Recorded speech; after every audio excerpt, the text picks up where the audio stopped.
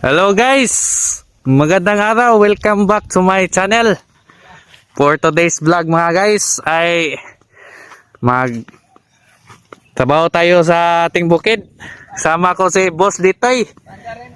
Panda rin ito Boss Litoy yung water pump natin mga guys kasi straight na init sa amin. So ayun, kumulimlim na. Timingan ito mag-uwa na. So yan mga guys, meron ng konting tubig. So dapat natin yan punuin mga guys para makabunga ng maganda itong ating palay mga guys. Yan o, ito na yung ating mga tanim mga guys. Napakaganda na mga guys. Ayun si Boss Lito, sundan natin mga guys. Ayun mga guys ha.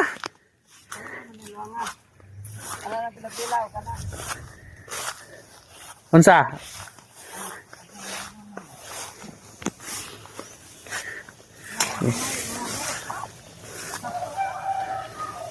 Yan, tingnan niyo yung palay natin mga guys. Dahil ito sa ating tamban tuloy. Yung ginawa ni Boss Lito na spray mga guys na tamban tuloy. Yun ang ginamit pang spray namin dito mga guys. O yan. No, minawir na namin mga guys. Nilinis na yung pilapil para walang mga daga mga guys. No, tahan natin mga guys. Si Boss Lito mga guys.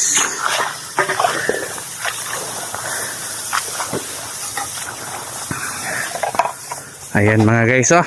Ito po gamit pa rin natin itong ating water pump mga guys na napakatibay mga guys na nilumutan ng old century. Matagal na to mga guys oh. Tingnan niyo mga guys, meron ng mga damo. Sabi ko ganito naman dahil kay ano magiputos ng sagbot, ano makikita. Nilamunan na ito ng mga damo mga guys, yung ating pump mga guys. Pero matagal na to mga guys, mga 2 taon. Yan ang tama. Ha? Yan ang tama. Ayan mga guys, Boss Lito. Abang agas. Agas gamay. Anak. Anak.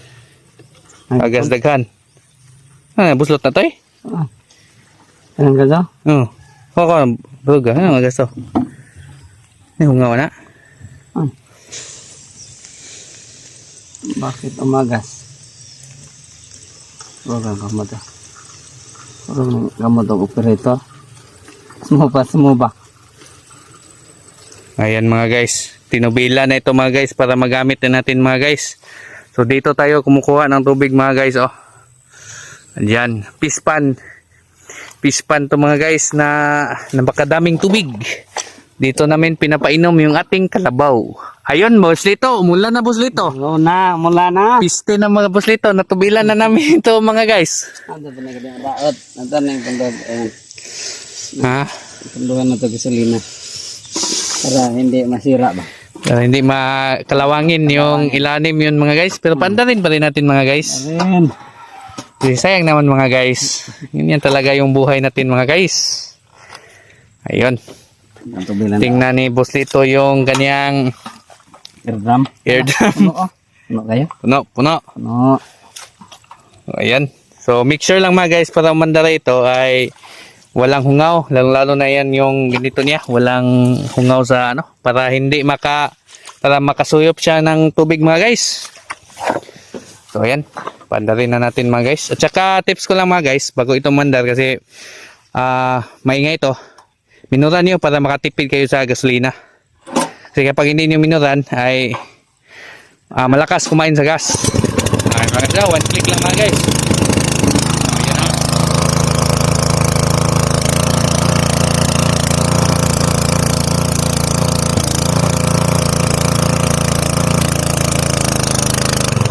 Ayun.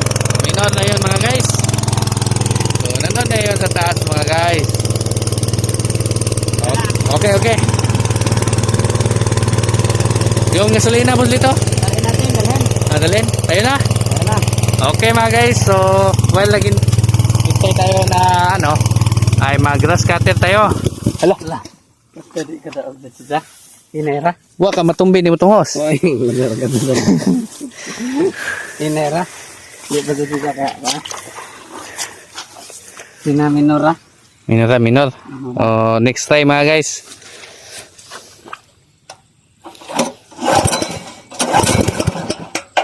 Ano na.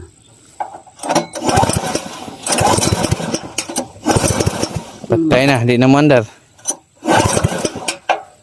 Ito.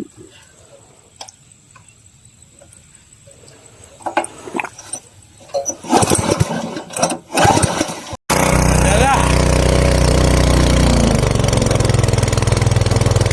Sige gamay. Na. Okay. Ayun na mga guys. Oh, meron. Ay, naulan mga guys, oh.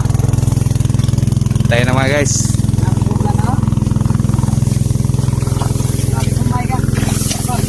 Ha? Sino ang maganda? Humay ni Boss Junji o humay ni Boss Lito?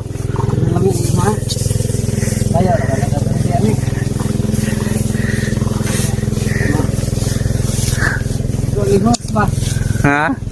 Ako rin mawala ni Gilera. Oh.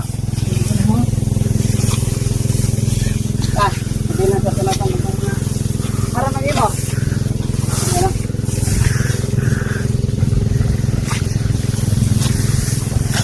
So ito na mga guys. Tutubilan na natin to mga guys. Para magamit na natin yung ating grass cutter to. Yan, yung ito nga pala yung hose mga guys. Punta to doon sa taas.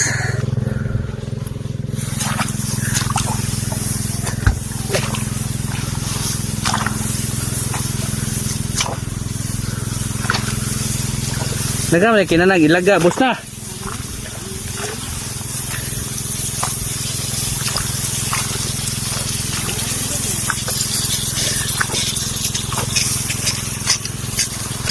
Tingnan natin mga guys kung meron bang agas. Ayun mga guys, oh, napakalakas mga guys. O yan, oh. Mga puno na yan mga guys. Sigurado tayong puno na ay ano tayo dito? Tintong radian sa baba. Matubigan.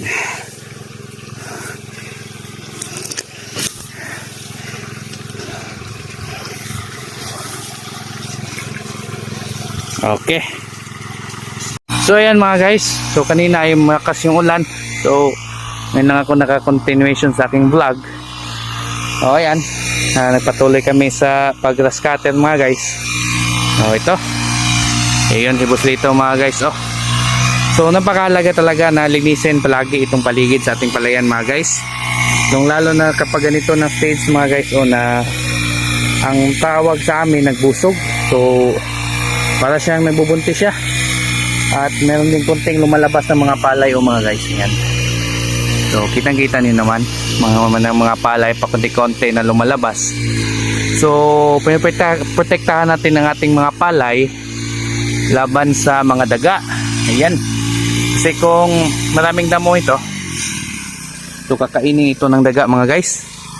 So wala pa naman akong nakita na kinakain ng daga. So nasa area 1 yung marami talagang kinain na daga. At saka ito mga guys, so kanina yung sa area 1 natin, yung nandun sa may sagingan, yung nakikita nyo, ay pinatubigan natin kasi wala yung irrigation. So meron lang fish pond doon lang tayo kumukuha ng tubig pag pump. So ito, merong irrigation mga guys, pero next week pa ang schedule. So dapat next week mga guys ay patubigan natin ito. Kasi crucial part ito mga guys na dapat matubigan ito kapag ganitong stage talaga mga guys, kasi nagbubuntis siya. Hindi lalabas yung bunga niya mga guys kapag hindi nyo pinatubigan. Marami talagang tubig mga guys para lumabas yung kanyang mga bunga. O kapag hindi nyo pinatubigan nga ganito na mga guys, ay meron namang bunga pero ano siya, para siyang ipa, no? O yan, no? Kulang ito sa tubig mga guys. Next week pa yung schedule. Ayan, no? So normal lang nga para siyang nagdidilaw mga guys. Normal lang yan kapag nagbubuntis na yung palay mo, kasi yan talaga yan mga guys. Hindi yan palagi berde. Lalabas na yung bunga, didilaw na yan mga guys. Yan o. Oh, meron ng konti-konti na lumalabas. Ang pinaka ano talaga dito, kontra kapag ganito ng stage ng ating palay, yung pagbubuntis ito, unang-una ay yung daga, yung sabi ko kanina, so dapat nating linisin. Pangalawa ay yung rice bags at tangya. So ganitong mga dito niya nasa na ito mga guys, oh, nagsilabasan ito mga guys. Ito, ayan, labasan na yung palay niya mga guys. So sisip-sipin ng mga tangya ito dito. Yan, kapag ay bumunga na yan mga guys, magiging siyang ipa, walang laman yung ating palay kapag ay hindi natin napagapan yung atangya o rice bags. So panatilihin natin na linisin itong ating paligid. Ayan, linisin natin yung paligid, oh, para walang mga insekto na bumabahay dyan. At saka ay kung hindi kaya sa paglilinis ay mag-apply tayo ng insecticide. So mura lang naman yung pang rice bags mga guys. Merong nang dyan, Wild Kid, 120 per sachet lang, good for tatlong tangke na yan, tatlong tangke ng sprayer. So effective yun sa rice bags mga guys. Ayan, so ito yung ating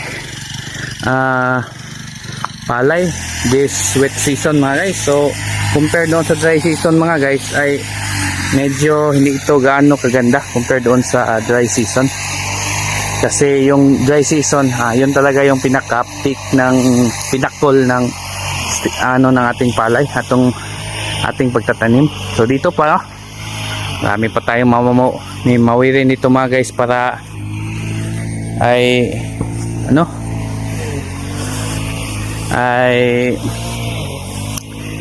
maagapan natin itong mga insekto na to mga guys.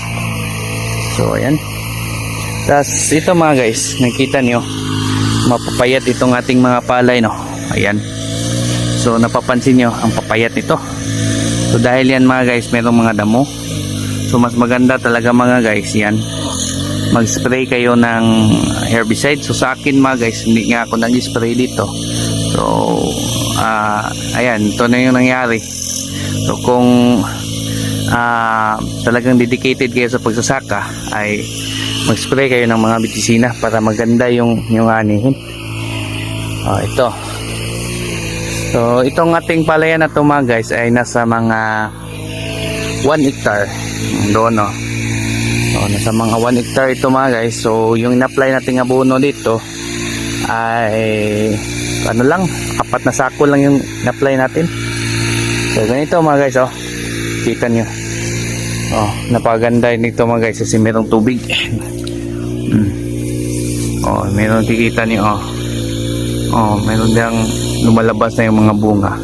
So mas maganda mga guys, marami tubig pag ganito ng stage, kasi magsisilabasan na ito mga guys. Yan na. So tapusin muna namin ito ni boss dito mga guys, mower, para maganda naman tingnan yung ating palayan. So yan, happy farming mga guys.